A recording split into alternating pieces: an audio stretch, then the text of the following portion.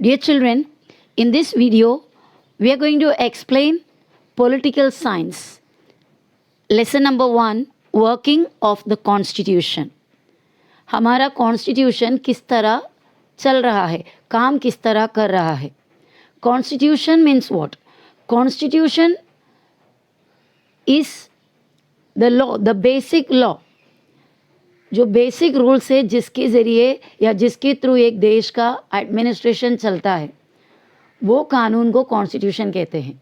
Indian constitution is a written form of constitution. हमारा constitution लिखित constitution है, यानी लिखा हुआ कॉन्स्टिट्यूशन है. जितने भी कानून हैं वो लिखे हुए हैं. और इसको कंपेयर करेंगे अगर ब्रिटेन का, इंग्लैंड का कॉन्स्टिट्यूशन को, it is an unwritten constitution. So let's start the lesson. The textbooks of political science till now have helped us to take an overview of local government, the values and the philosophy of the Indian Constitution, as also the governing structures created by the Constitution and India's place in international relations. हमारे अभी तक के जो political science का text books है वो हमें काफ़ी हद तक हेल्प किया लोकल गवर्नमेंट के बारे में समझने के लिए. Take an overview of the local government. Overview means a general description. Local government के बारे में थोड़ा जानकारी हमें अभी तक पॉलिटिकल साइंस ने दी है. The values and the philosophy of the Indian constitution. Indian constitution के वैल्यूज़, उसके अंदर क्या क्या वैल्यूज़ है, क्या फिलोसफी है. As also the governing structures created by the constitution. Constitution के हिसाब से, कॉन्स्टिट्यूशन में बताया गया हुआ कानून के हिसाब से हमारे देश का गवर्नमेंट का स्ट्रक्चर कैसा है, ये सभी हमने देखा. And along with that India का place in the international relation. दूसरे देश के साथ अंतर्राष्ट्रीय रिलेशंस में इंडिया का क्या प्लेस है, क्या जगह है, ये सभी अभी तक का पॉलिटिकल साइंस के टेक्स्ट बुक्स में से हमने देखा. The Indian Constitution has declared its objectives to establish a secular, democratic republic.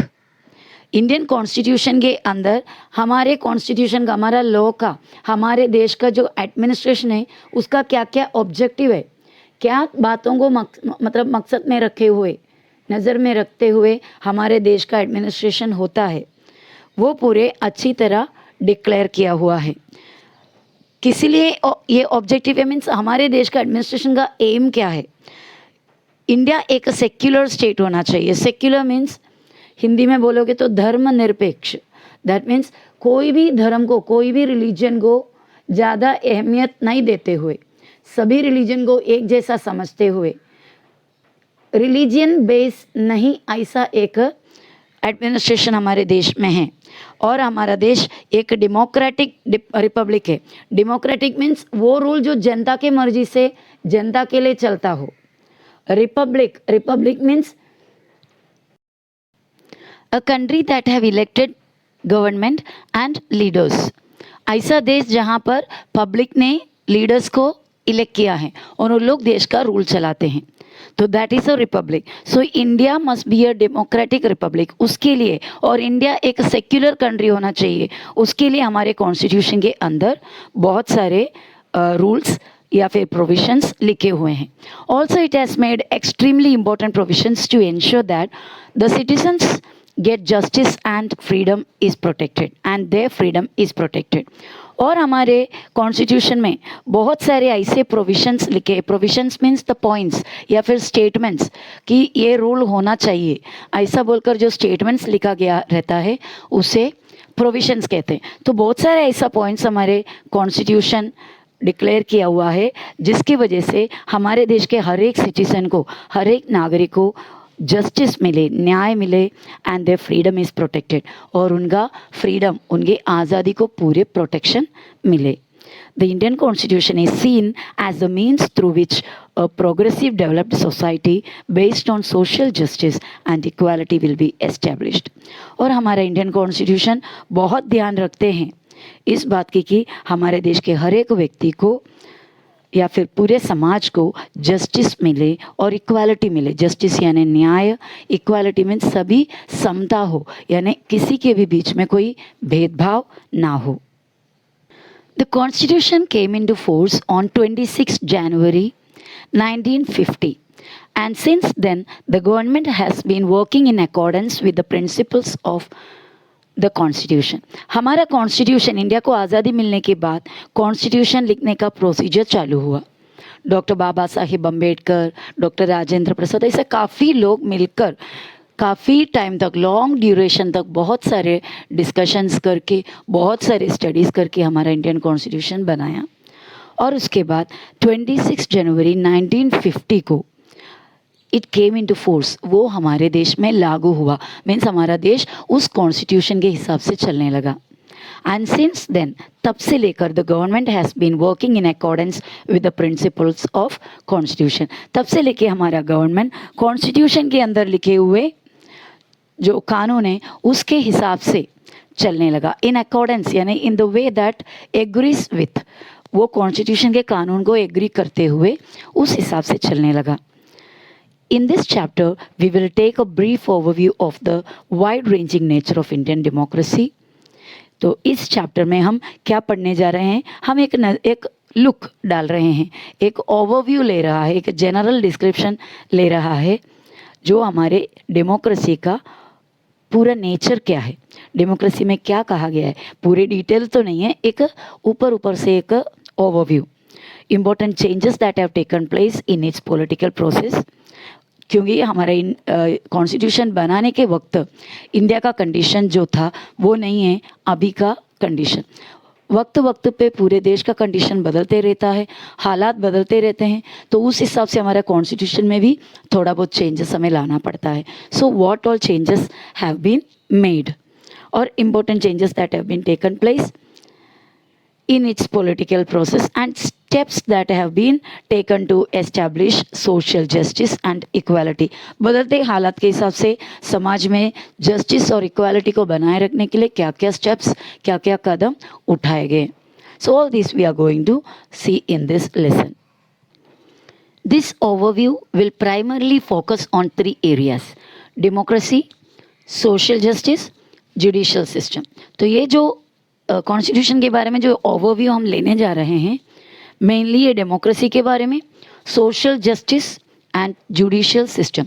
Judicial system, the word judicial is related to court and legal matters. Court, judgement, जो कानून के जो legal matters है court में जो चलते हैं, वो पूरे को मिलाकर कहते हैं judicial system. Now let's start about democracy. Political maturity. Maturity means complete development. Democracy does not merely imply a representative structure. The word democracy सुनने पे पहले नज़र में आता है कि it is a representative structure, मतलब बहुत सारे अलग अलग एरिया के लोग, उसमें से जो चुने हुए लोग हैं बाकी एरिया के लोगों को रिप्रेजेंट करते हुए रूलिंग करते हैं। बट डेमोक्रेसी का मतलब सिर्फ इतना नहीं होता। The essence of representative system is to integrate the principles of democracy in actual practice। एक रिप्रेजेंटेटिव सिस्टम बनाकर उसका मेन पर्पस क्या होता है, उसके एसेंस यानी उसका सारांश ये होता है कि डेमोक्रेसी को पूरे एक्चुअल प्रैक्टिस में लाना। That means to integrate the principles of democracy. Integrate means to unite, to blend with. Democracy के सही मायने को पूरे तरीके से एक्चुअल प्रैक्टिस में उतारना। वंस दिस इज डन, एक बार डेमोक्रेसी पूरे मायने में अगर हुआ, ट्रू सेंस में होने लगे, तो democracy becomes an integral part of the political life of the society. Democracy society के पॉलिटिकल लाइफ का इंटीग्रल पार्ट बन जाता है। Integral means unavoidable, means without that it can not be work, वैसा उसको बोलते हैं, मतलब integral part. In the democracy is to be in working condition, then its real meaning it should be in the actual practice. Accordingly, the Indian people have direct, representation in the parliament. तो देखो India का democracy कितने हद तक developed है, कितने मायने में सही है। इंडिया के हर एक व्यक्ति को डायरेक्ट पार्टिसिपेशन या डायरेक्ट रिप्रेजेंटेशन इंडियन पार्लियामेंट में है, स्टेट लेजिस्लेचर में है। स्टेट लेजिस्लेचर मतलब वो स्टेट के लिए होता है, हर एक स्टेट के लिए सेपरेट स्टेट लेजिस्लेचर होता है जहाँ पर स्टेट के रिलेटेड स्टेट के लिए कानून बनता है। And the local government, even local government भी है। लोकल गवर्नमेंट जैसे पंचायत राज है, मतलब पंचायत समिति होता है। एक एक छोटे छोटे एरिया के लिए, गांव के एरिया के लिए सेपरेट गवर्नमेंट होता है, लोकल गवर्नमेंट्स होते हैं। जैसे म्यूनिसिपैलिटी है तो हमारे एरिया का जो म्यूनिसिपैलिटी है उतना ही एरिया का काम को मतलब एडमिनिस्ट्रेशन को करते हैं। तो वैसा लोकल गवर्नमेंट के ज़रिए या फिर स्टेट लेजिस्लेचर के ज़रिए, पार्लियामेंट के ज़रिए इंडियन पब्लिक डायरेक्ट रिप्रेजेंटेशन करते हैं। Holding free and fair elections at regular intervals is an important indicator of India's successful democracy. India का डेमोक्रेसी is very successful. ये दर्शाता है कौन सी चीज़ें, fair and free elections. Free election means we are free to elect our representatives. हम हमारे मर्जी से किसको इलेक्ट करना है, किसको वोट देना है, या फिर हमें वोट देना है या नहीं देना है, अगर देना है तो किसको चुनना है, ये पूरे हमारी मर्जी होती है। हर एक इंडियन सिटीजन पूरे फ्री माइंड होकर अपने जो रिप्रेजेंटेटिव है उसको चुन सकते हैं। कोई भी दबाव किसी पर नहीं होता। और फेयर इलेक्शन से, फेयर इलेक्शन मतलब हमारे जो देश में होने वाले इलेक्शन में कोई भी व्यक्ति कैंडिडेट बनकर रह सकते हैं, मतलब इलेक्शन के लिए खड़े हो सकता है अगर वो एलिजिबल हो।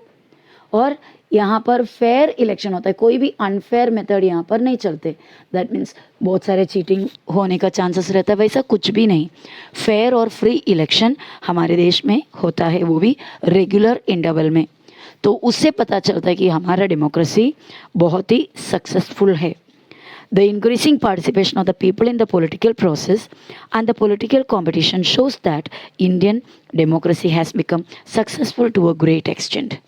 और यहाँ पर इलेक्शंस में या हर एक पॉलिटिकल प्रोसीजर में, राजनीति के हर एक प्रोसीजर में इंडियन पीपल पूरे तरीके से पार्टिसिपेट करते हैं। दिन प्रतिदिन इंडिया की जो पब्लिक है जो पॉलिटिक्स में शामिल होता है या पार्टिसिपेट करता है उनके नंबर बढ़ते जा रहा है।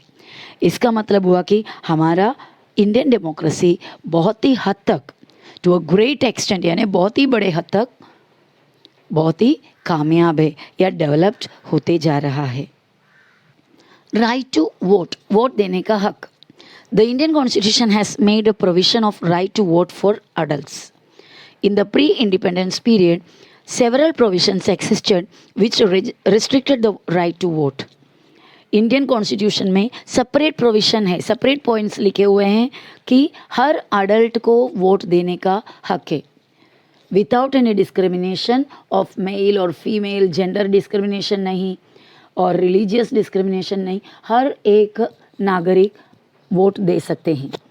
और प्री इंडिपेंडेंस पीरियड में यानी इंडिया को आज़ादी मिलने के पहले बहुत सारे ऐसे प्रोविजंस थे, ऐसे पॉइंट्स बहुत सारे थे, ऐसे कानून बहुत सारे थे कि बहुत रिस्ट्रिक्शंस होता था।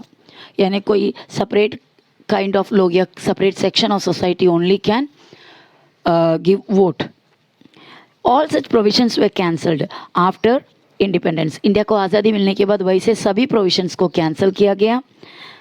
And The Indian Constitution guaranteed adult suffrage. Suffrage means a right to vote. Suffrage का मतलब है right to vote in the election. Indian suffrage को separate provisions बनाकर guarantee दिया गया by giving the right to vote equally to both men and women above the age of 21 years. 21 years हो गया हुआ, complete हो गया हुआ कोई भी व्यक्ति, चाहे वो मैन हो या वुमन, उसको राइट टू वोट है, यानी वोट देने का अधिकार दिया गया। The voting age was later reduced from 21 to 18। बाद में ये वोटिंग एज को 21 से किस में किया गया, 18 यानी रिड्यूस किया गया। Which gave opportunity of political participation to the young generation in India. जिसकी वजह से यंग जनरेशन को, एकदम नौजवान जो टीनेज कंप्लीट हो गए हुए या टीनेज के लास्ट लेवल में रहने वाले जो लोग हैं, जिसमें जोश होते, जिसमें फ्यूचर के लिए पावर होते हैं, वो यंग जनरेशन को भी अपॉर्चुनिटी मिला, मौका मिला वोटिंग करने का. Such provisions have made India the largest democracy in the world. ऐसे बहुत ही अच्छे अच्छे प्रोविजंस इलेक्शन के या इलेक्शन के फील्ड में करने की वजह से India became the largest democracy in the world. India has the largest number of voters compared to any other democratic nation. और भी बहुत सारे democratic nations हैं इंडिया के अलावा, लेकिन सबसे ज़्यादा नंबर ऑफ वोटर्स इंडिया में हैं. किस वजह से? इस तरह प्रोविजंस देने की वजह से, यानी 21 ईयर्स में से 18 ईयर्स में रिड्यूस करने की वजह से. This change is not only quantitative but also qualitative as new political parties are emerging with the active support of young voters. तो ये जो political change है, ये change was not only quantitative, सिर्फ क्वांटिटी बढ़ाया नहीं वोटर्स का, मतलब काउंट बढ़ाया नहीं सिर्फ, बल्कि क्या भी बढ़ाए, क्वालिटी भी बढ़ाए, क्योंकि यंग जनरेशन भी वोटर्स लिस्ट में इंक्लूड हुआ. जिनका सोच जो ज़्यादा एजुकेटेड हुआ और जिनका सोच कुछ खुले होते हैं, उनका भी पार्टिसिपेशन, यंग जनरेशन का पार्टिसिपेशन भी पॉलिटिकल पार्टीज में हुआ. These parties represent various expectations of people and compete in the political sphere. और ये पार्टी, सब पार्टी अपने अपने जो एरिया के पब्लिक है या पीपल है, लोगों का बहुत सारा एक्सपेक्टेशन को लेकर आगे बढ़े और पॉलिटिकल स्फीयर में, यानी जहाँ पर पब्लिक के लिए आवाज़ उठानी हो, पब्लिक के हित के लिए काम करना हो, वहाँ पर न्यू जनरेशन, यंग जनरेशन काम करने लगे और अपने पब्लिक के लिए कंपटीशन में उतरने लगे. यानी पब्लिक का जो नेसेसिटी है, नीड्स है, वो पूरा करने के लिए पॉलिटिकल पार्टी काम करने लगे. Decentralisation of democracy. डिसेंट्रलाइजेशन मतलब जो अधिकार है उसको स्प्लिट करना, डिवाइड करके अलग अलग लोगों के हाथ में देना, अलग अलग इंस्टीट्यूशन के हाथ में देना. जब राजा महाराजाओं का रूल चलता था तो डिसेंट्रलाइजेशन नहीं होता था, पूरे देश का रूलिंग एक ही एक व्यक्ति के हाथ में होता था, तो वहाँ पर रूल बराबर नहीं होता, जस्टिस नहीं मिल पाता. तो इसके लिए डेमोक्रेसी में डिसेंट्रलाइजेशन हुआ, decentralisation of the power. Decentralisation of power is central to the democratic government. Democratic government का main part, that is decentralization of power. Decentralization controls the misuse of power and also creates opportunities for political participation for the common people. जब power को, पूरे अधिकार को decentralise करेंगे, यानी पूरे देश भर में डिफरेंट एरिया में डिवाइड करेंगे, जैसे कि सेंट्रल गवर्नमेंट है पूरे देश को रूल करने के लिए, लेकिन उसके साथ साथ स्टेट गवर्नमेंट को बनाया गया ताकि वो स्टेट का सेपरेट रूलिंग हो. भले ही इसको कंट्रोल करता है सेंट्रल गवर्नमेंट, और फिर और डिवाइड किया, अधिकार को और डिवाइड करके दिया लोकल गवर्नमेंट के हाथ में. तो हर एक एरिया का गवर्निंग अच्छी तरह होगा और पावर का मिसयूज़ ज़्यादा नहीं करेगा, गलत इस्तेमाल नहीं करेगा, और जनता का, कॉमन पीपल का पार्टिसिपेशन भी हो जाएगा. The directive principles of state policy include the provisions for democratic decentralization. The directive principles of state policy, ये जो है कुछ कानून हैं जो अलग अलग स्टेट का रूलिंग करने के लिए बनाया गया हुआ, उसके अंदर बहुत सारे प्रोविजन इंक्लूड किया हुआ है ताकि डेमोक्रेटिक डिसेंट्रलाइजेशन अच्छी तरह हो. One such important provision is regarding empowering the local self-government, make genuine democratic government a reality. तो ऐसा जो इम्पोर्टेंट प्रोविजंस है जिसके ज़रिए लोकल सेल्फ गवर्नमेंट और पावरफुल हुआ, तो हम बोल सकते हैं कि डेमोक्रेटिक गवर्नमेंट्स पूरे सही मायने में हो रहा है. आफ्टर इंडिपेंडेंस, इन आज़ादी के बाद several attempts were made towards democratic decentralisation. बहुत सारे कोशिशें किए गए डेमोक्रेटिक डिसेंट्रलाइजेशन को अच्छी तरह लागू करने के लिए. वन सच इम्पोर्टेंट अटेम्प्ट, ऐसा एक इम्पोर्टेंट कोशिश है, is the 73rd and 74th amendment to Indian constitution. Amendment का मतलब क्या होता है? कॉन्स्टिट्यूशन में ऑलरेडी लिखा गया हुआ, ऑलरेडी नोट किया हुआ जो कानून है, जो प्रोविजंस है, उसमें बदलता हुआ हालात के हिसाब से जो चेंजेस करते हैं, छोटे मोटे चेंजेस करते हैं, मतलब जो मेन जो बात है वैसे ही रहेगा, लेकिन उसमें रिक्वायर चेंजेस जो करते हैं उस चेंजेस को कहते हैं अमेंडमेंट्स। तो 73rd और 74th अमेंडमेंट में जो कॉन्स्टिट्यूशन का चेंजेस जो किए, उसके अंदर डेमोक्रेटिक डिसेंट्रलाइजेशन के लिए बहुत ही इम्पोर्टेंट पॉइंट ऐड किया हुआ है, which give a constitutional status to local self governing institution, जिसके ज़रिए 73rd और 74th अमेंडमेंट के ज़रिए इंडियन कॉन्स्टिट्यूशन में लोकल सेल्फ गवर्निंग इंस्टीट्यूशन, जैसे मैंने बताया कि पंचायत राज और म्यूनिसिपल कॉरपोरेशन वगैरह वगैरह लोकल सेल्फ गवर्निंग इंस्टीट्यूशन से उसको एक कॉन्स्टिट्यूशनल स्टेटस दिया गया and also increase the powers. और ये लोकल सेल्फ गवर्निंग इंस्टीट्यूशन का पावर, इंस्टीट्यूशन का अधिकार बढ़ाया गया, किसके ज़रिए? 73rd और 74th amendment in the constitution. Right to information, RIT, एक एक्ट 2005 में पास हुआ। Citizen empowerment is the essential condition of democracy. अगर एक देश डेमोक्रेसी है, डेमोक्रेटिक कंट्री है, तो वहाँ का हर एक नागरिक उनका एम्पावरमेंट बहुत ही इम्पोर्टेंट है। मीन्स सिटीजन को अपना पावर मिलना चाहिए। It is necessary to create opportunities for citizens participation and interaction with the government. ये बहुत ही ज़रूरी है, ऐसा मौका ये क्रिएट करना चाहिए जिसके ज़रिए सिटीज़न को हमारे गवर्नमेंट के एक एक काम में, गवर्नमेंट के एडमिनिस्ट्रेशन में पार्टिसिपेशन मिले, शामिल होने का मौका मिले, गवर्नमेंट के साथ इंटरेक्ट करे, गवर्नमेंट के एक्शंस के लिए, पॉलिसी के लिए रिएक्ट करने का पावर सिटीजन को मिलना चाहिए if it is a democracy. Increased communication between citizens and government. अगर गवर्नमेंट के और नागरिक के यानी जनता के बीच में कम्युनिकेशन यानी वार्तालाप होते रहे, यानी गवर्नमेंट क्या कर रहा है वो पब्लिक को पता चले, पब्लिक का सिचुएशन क्या है वो गवर्नमेंट को पता चले, ये कम्युनिकेशन हमेशा helps in strengthening the democracy. हमेशा ऐसा एक कम्युनिकेशन रहेगा, ऐसा एक आइडियाज़ का एक्सचेंज रहेगा गवर्नमेंट और पब्लिक के बीच में, तो डेमोक्रेसी मजबूत हो जाएगा। And in building a relationship of trust between them. इस तरह अगर गवर्नमेंट और पब्लिक के बीच में एक क्या बोलते हैं, अच्छा एक रिलेशन बनाए रखेंगे, तो गवर्नमेंट पर पब्लिक को ट्रस्ट होगा, भरोसा होगा। Citizens have a right to know about the functioning of the government। नागरिक को, पब्लिक को पूरे हक है गवर्नमेंट किस तरह काम कर रहा है, गवर्नमेंट का हर एक स्टेप्स को जानने का हक पब्लिक को है। The government of India gave the right to information to the citizens of India। Indian government पूरे के पूरे हक देते हैं, right to information to the citizen of India. Indian citizen को इन्फॉर्मेशन का राइट, यानी गवर्नमेंट के हर एक बात को, हर एक स्टेप्स के बारे में कंप्लीट इन्फॉर्मेशन मिलने का हक इंडियन गवर्नमेंट सिटीजन्स को देते हैं। To ensure transparency. What do you mean by transparency? Transparency का मतलब होता है कि क्या कर रहा है, पूरे के पूरे क्लियरनेस, क्लैरिटी। आपने साइंस में ट्रांसपेरेंट वर्ड पढ़ा है, आर पार दिखना, बराबर। तो यहाँ पर गवर्नमेंट क्या करता है और जनता का क्या सिचुएशन है, एक दूसरे को क्लियरली समझ में आना चाहिए, that is transparency. And accountability which are the hallmarks of good governance.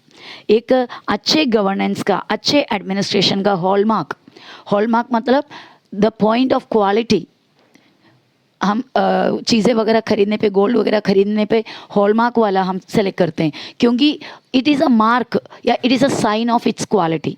तो गवर्नमेंट का, गुड गवर्नमेंट का क्वालिटी का पॉइंट है transparency and accountability. Accountability means उनका जवाबदारी, उत्तरदायित्व, ये बहुत ही इम्पोर्टेंट है।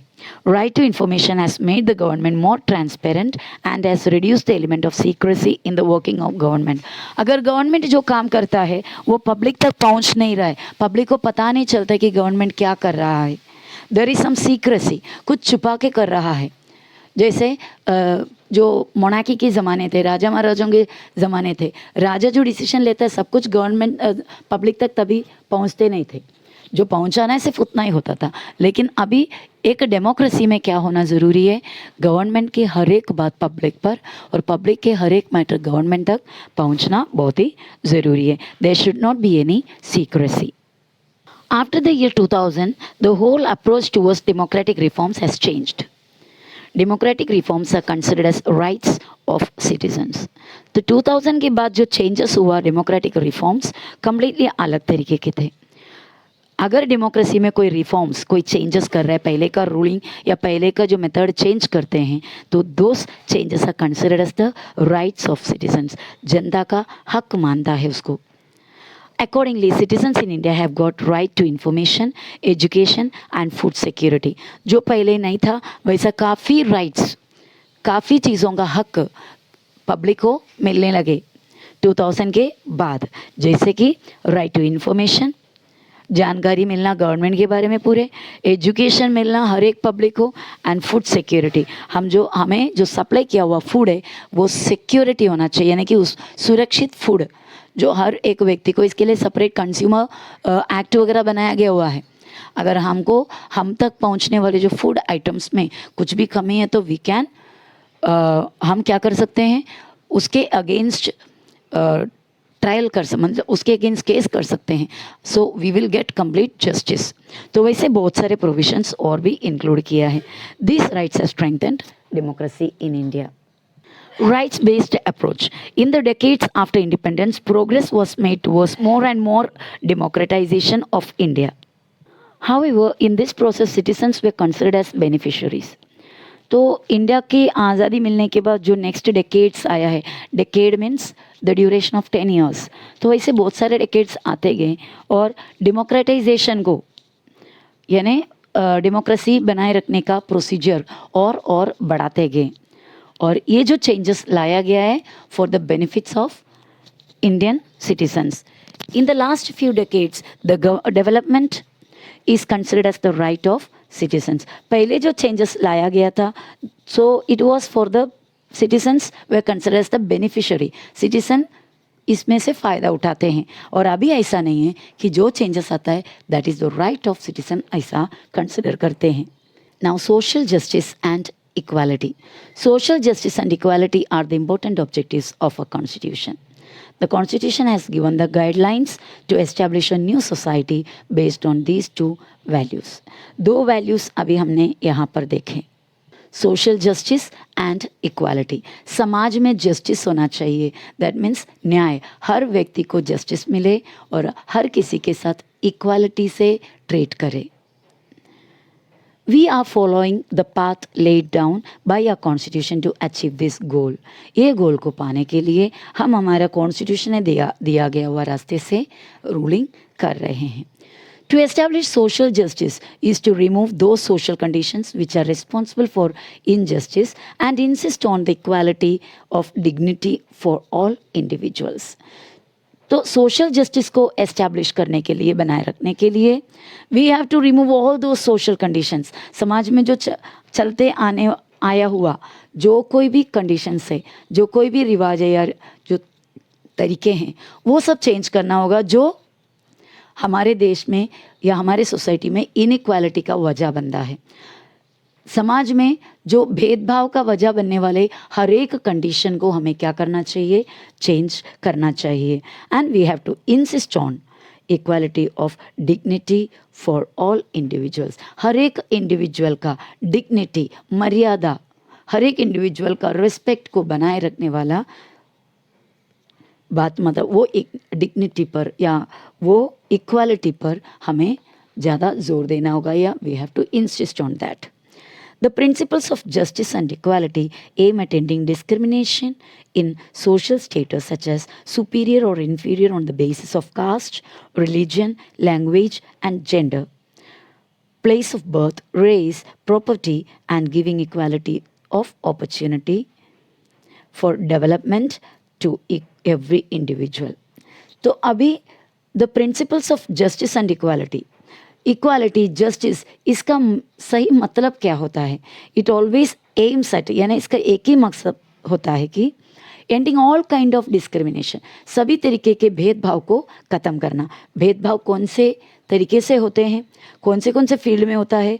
जो सोशल स्टेटस, जैसे superior inferior in the basis of caste, caste के, रिलीजन के बेस पे, या लैंग्वेज के बेस पे, या जेंडर, जैसे मेल डोमिनेशन, यानी कि अभी रिलीजन, कोई रिलीजन को बहुत ही हाई पोजीशन देते हैं समाज में, कोई रिलीजन को बहुत ही लो पोजीशन देते हैं, तो वहाँ पर भेदभाव हुआ, वहाँ पर डिस्क्रिमिनेशन हुआ। In the same way gender में मेल जेंडर को ज़्यादा पावर और फीमेल जेंडर को कम, इस तरह मेल के या फिर मेल फीमेल में, यानी जेंडर में भी डिस्क्रिमिनेशन है, और लैंग्वेज के बेस में डिस्क्रिमिनेशन है। इवन प्लेस ऑफ बर्थ, ये फलाना व्यक्ति ये एरिया के है, तो उनका जो बाकी लोगों के सामने उसका क्वालिटी या उसका जो स्टेटस है कम है, ऐसा मानना। रेस यानी वंश, जिस वंश से या जिस कुल से जन्म लिया हो वैसा। प्रॉपर्टी मीन्स किसके पास पैसा ज़्यादा हो या प्रॉपर्टीज़ ज़्यादा हो। और ये सब तरीके से हर व्यक्ति के बीच में, व्यक्ति के बीच में डिस्क्रिमिनेशन होता है, और उस डिस्क्रिमिनेशन के बेस में जो अपॉर्चुनिटी से मौका है अलग अलग लोगों को अलग अलग तरीके से मिलता है। कुछ लोगों को कुछ अपॉर्चुनिटीज़ एजुकेशन के लिए या जॉब के लिए, एम्प्लॉयमेंट के लिए वगैरह नहीं मिलता है। तो ऐसे तरीके का सभी जो पार्शियलिटी से डिस्क्रिमिनेशन है उसे समाज से निकालना पड़ेगा, तब जाकर हमारा समाज जस्टिस, मतलब हमारे समाज में जस्टिस होगा और इक्वालिटी होगा। To establish justice and equality, efforts are to be made at all the levels of society, but the government's efforts and policies on this front are more important. समाज के सभी लेवल में, हर एक level के society में बहुत सारे कोशिशें चालू है जस्टिस और इक्वालिटी को बनाए रखने के लिए, लेकिन गवर्नमेंट की तरफ से जो एफर्ट और पॉलिसीज़, न्यू पॉलिसीज़ जो डिक्लेयर करते हैं वो बहुत ही ज़्यादा इंपॉर्टेंट है इस फील्ड में। For democracy to be inclusive, inclusive means including everything. अगर सभी मायने में अगर डेमोक्रेसी को बनाए रखना है तो one must try to bring all sections of the society into the mainstream. Society के सभी सेक्शन, चाहे वो बैकवर्ड क्लास हो या फिर बहुत ही डेवलप्ड क्लास हो, सभी को इक्वली एक स्ट्रीम के साथ ले जाना पड़ेगा, मेन स्ट्रीम में लाना पड़ेगा। अलग अलग सोसाइटी के डिफरेंट सेक्शंस नहीं, it is a single society, ऐसे नज़रिए से लेकर जाना पड़ेगा। Democracy is in fact a process of accommodating different sections in society. Democracy का एक तरीके से देखेगा तो मीनिंग क्या होता है? Accommodating different sections in society, society के अलग अलग सेक्शन को एक साथ मिलाकर चलना। Democracy helps in reducing social conflicts. Conflicts means जो झगड़ा, मतलब मनमुटाव, एक दूसरे से डिसएग्रीमेंट वगैरह वगैरह, जो छोटे मोटे झगड़े होते हैं उसको कॉन्फ्लिक्ट्स कहते हैं। तो डेमोक्रेसी समाज में होने वाले जो कॉन्फ्लिक्ट्स है, डिस्प्यूट्स है, उसको दूर करने में मदद करता है। Let us take review of the efforts made in India in this direction. So dear students, we will continue the lessons next part in the next video.